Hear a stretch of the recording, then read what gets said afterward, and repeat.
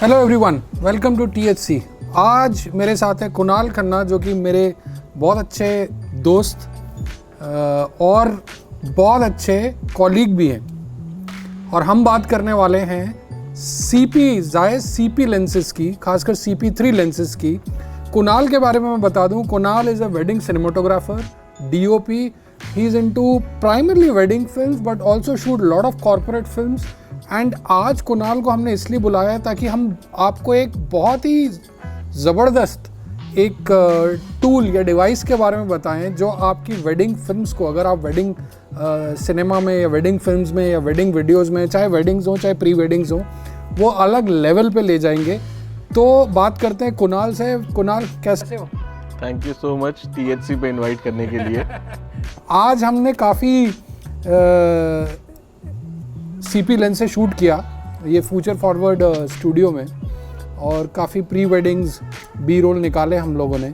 और मैं देख रहा था, आप कौन से लेंसेज यूज़ कर रहे हैं? सो दिस इज 25mm। आज दो लेंस से शूट किया, 25mm एंड 85mm। अच्छा। And both T2.1 T stop 2.1 with Canon R5। तो T स्टॉप के बारे में मैं बाद में पूछूंगा। पहले मैं ये जानना चाहता हूँ कि मैंने CP लेंसेज काफ़ी फिल्म मेकर्स को डॉक्यूमेंट्री या मूवीज़ में या फिल्म मेकिंग में इस्तेमाल करते हुए देखा है।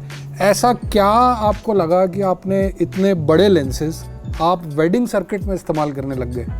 सो ये बताने से पहले मैं आपको इसकी थोड़ी सी हिस्ट्री के बारे में बताता हूँ। जायस ने master prime series specially for film cameras launch किया था, बट क्योंकि वो बहुत expensive and out of the budget for wedding photographer specially lenses थे, then they specially made compact prime 1 lenses for cinematographers and on a very affordable budget, not as like master primes की तरह.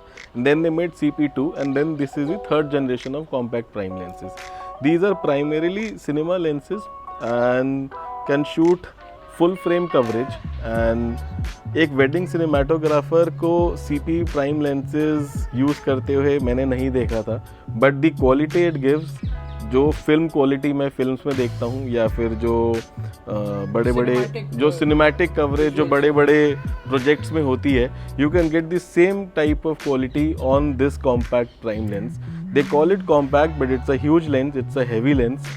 And but if you see master prime lenses, it will give you the same type of quality on a compact prime lens. So आपको affordability इस lens की जितनी है वो master prime जो नहीं ले पा रहा है, they can buy a CP3 lens, and by any chance it's not a cheap lens, it's a very expensive lens and a very very very beautiful cinematic coverage ये लेंस देता है. सो आपने बात करी थी कुछ T स्टॉप की जब हमने कॉन्वर्सेशन चालू किया था ना. T स्टॉप मुझे तो पता है, जो लोग ये वीडियो देख रहे हैं उनके लिए how do you explain what is T stop?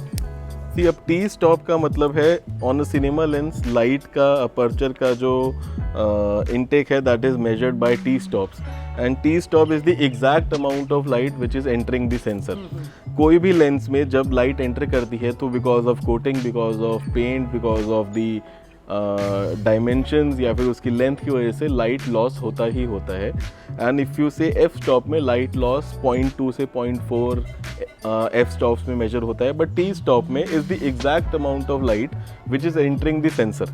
अगर आप कोई भी T स्टॉप 2.1 है और अगर आप कोई F स्टॉप 2.8 की बात कर रहे हो, तो टेक्निकली F स्टॉप इज जो फोटोग्राफी में F स्टॉप की बात हम करते हैं, अगर F स्टॉप 2.8 है तो टेक्निकली वो 3 या 3.2 T स्टॉप है, बिकॉज दैट इज कम उसमें लाइट एंटर कर रही है, and because of the body, because of the coating वो लाइट उसमें जा रही है. But in T stop lenses, cinema lenses, it is exactly the amount of light which is entering into the sensor. Okay, तो that was quite informative actually. मुझे भी इतना detail T stop के बारे में नहीं पता था, बट आज हमने क्योंकि दिन भर इस लेंस से शूट किया, and the body that you are using is Canon R5 जो कि रिसेंटली यू हैव परचेज्ड. तो मुझे एक बात बताइए आप, मैंने इन लेंसेज को जिस भी सर्किट में देखा है यूज़ करते, काफ़ी रिग्स और फॉलो फोकस रिग और ये और वो तीम झाम पूरा लगा होता है, इतना बड़ा सेटअप होता है. And I been watching you entire day. आप सिर्फ ये कैमरा, ये लेंस, और आपने शायद एटमॉस निंजा यूज़ किया था इसके ऊपर, but that has nothing to do with lens basically. So कितना कन्वीनियंट है इतने बड़े लेंस को इतनी सी बॉडी पे यूज़ करना, कैमरा बॉडी पे? See, because it looks heavy and it is quite a huge lens if you can see. अगर आप normal 85 mm या 25, this is 25 mm, अगर आप देखेंगे तो the size is huge, but इसका जो grip है, जो build quality है and जो sturdiness इसका है and the smooth focusing है. See, main हमें अगर हम cinema lenses use कर रहे हैं, we will see कि focusing हमारा कितना easy है, because this is a cinema lens, it will have manual focus and manual aperture. A manual focusing is buttery smooth if you can rotate it from one ring. आप one finger से आप इसको rotate कर रहे हो, सो मुझे नहीं लगता इसको यूज़ करने में बहुत ज़्यादा प्रॉब्लम आनी चाहिए. And it feels so light on your hands if you have steady hands, then आपको लगेगा कि आपको रिग की ज़रूरत ही नहीं है. And with the type of cameras जो R5 है, जिनका स्टेबलाइजेशन इतना स्मूथ है, जो आजकल के कैमराज का एक मैक्सिमम सेलिंग पॉइंट जो है, विद दीज लेंसेज आपका एंड दी कैमरा स्टेबलाइजेशन, आपको फील ही नहीं होएगा कि आप इतना एक्सपेंसिव एंड इतना हैवी लेंस यूज़ कर रहे हो. It is one finger aperture movement होता है, इसमें वन फिंगर फोकस मूवमेंट होता है. आपको फॉलो फोकस लगाने की ज़रूरत नहीं है, आपको फोकस पुलर की ज़रूरत नहीं है.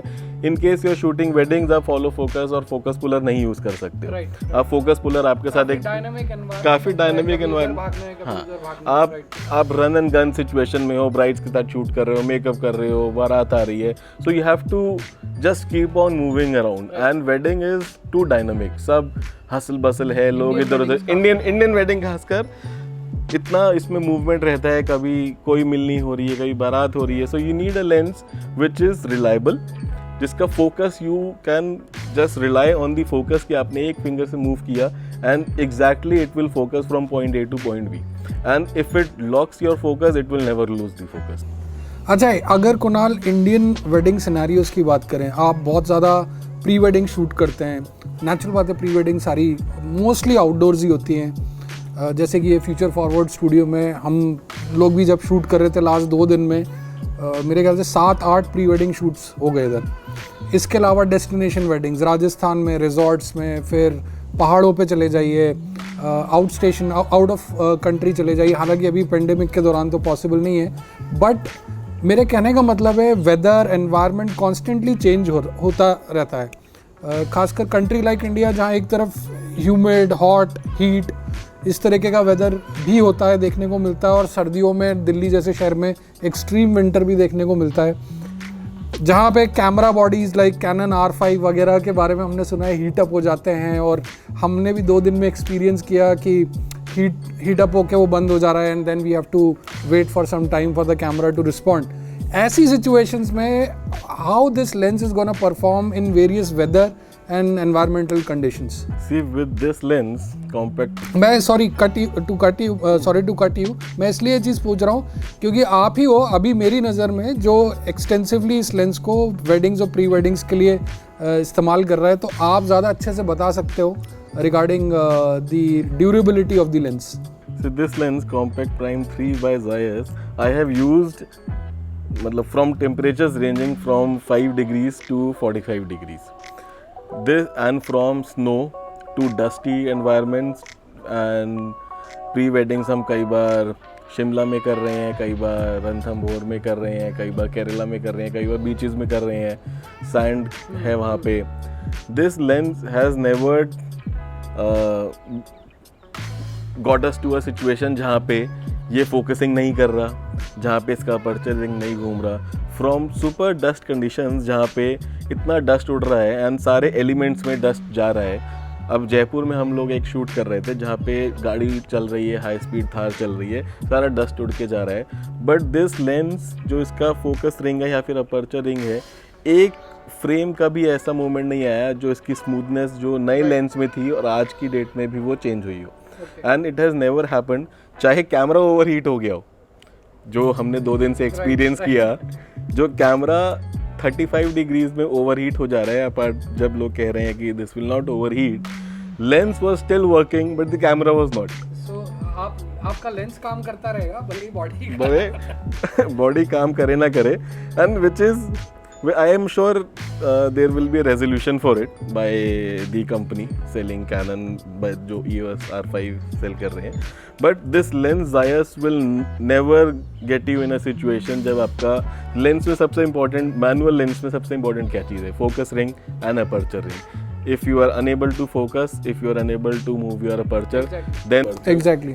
हमने कई बार वेडिंग सिनेरियोज में देखा भी है, जो लोग नॉर्मल फोटोग्राफी लेंसेज से जो वीडियोस बना रहे हैं, जैसे 70-200 से या 24-70 से, दे ऑलवेज हैव कंप्लेंट कि उसकी रबर ग्रिप ढीली हो गई, गर्मी में रबर निकल जाती है. ये सारे ब्रांड्स के साथ है, चाहे निकॉन हो, चाहे कैनन हो, चाहे सोनी हो.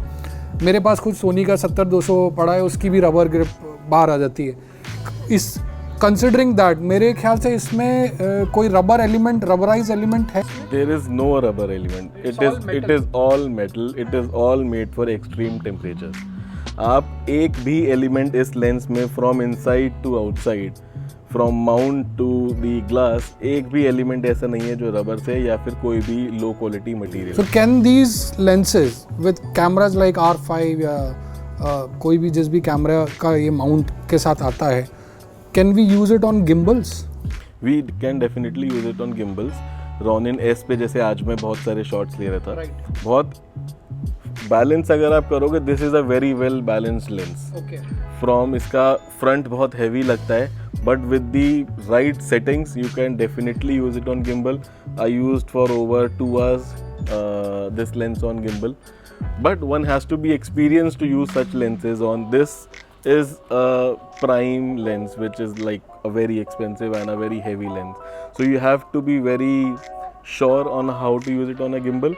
And अगर आप gimbal use कर रहे हो, then manual focusing is a challenge for somebody जिसको manual focus पे, this lens is not for amateurs कि आप लेके This is वही मेरा लास्ट सवाल आपसे ये है कि ये लेंस किन लोगों के लिए बना है? जो मुझे समझ में आया, अगर if I'm not wrong, जो लोग truly artist लोग हैं, जो सिनेमा फील चाहते हैं, जो फोकस पे पूरी तरीके से अपना कंट्रोल रखना चाहते हैं, जैसे कि आपने बताया इसकी जो फोकस रिंग है वो एक फिंगर से भी ऑपरेट हो जाती है, इट्स सो स्मूथ.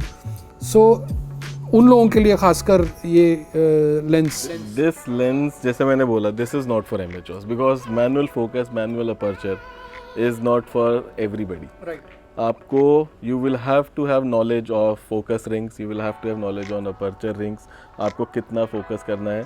एंड इसमें फोकस लूज करना बहुत ईजी है, क्योंकि लाइक वन स्टॉप इधर से लेफ्ट से राइट गए, हल्का सा भी गए तो फोकस लूज हो जाएगा and you will lose very important shot, जो कि वेडिंग्स में specially there are no retakes.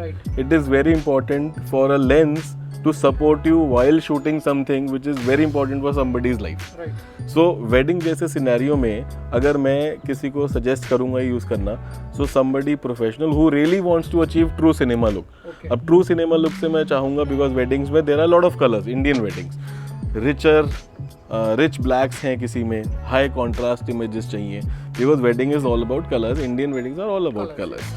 So ये लेंस अगर आपको true cinema look चाहिए, आपको अपना फोकस ऐसा चाहिए that you lock focus from point A to B in like 1 second, 1 frame in fact, तो ये लेंस आप यूज़ करिए. और अगर आपको सिर्फ ये लेंस लेके अगर आप सिर्फ इमेजेस ऐसी खींच रहे हैं जिसमें आपको मैनुअल फोकस पे हाथ सेट नहीं है, then you will lose the game. So this is made specially for people who really want to achieve true cinema look from this lens. So Kunal, मुझे ऐसा लगता है कि कई लोग इक्विपमेंट डिपेंडेंट नहीं होते, और ये कहना कि you know it's always about man behind the camera.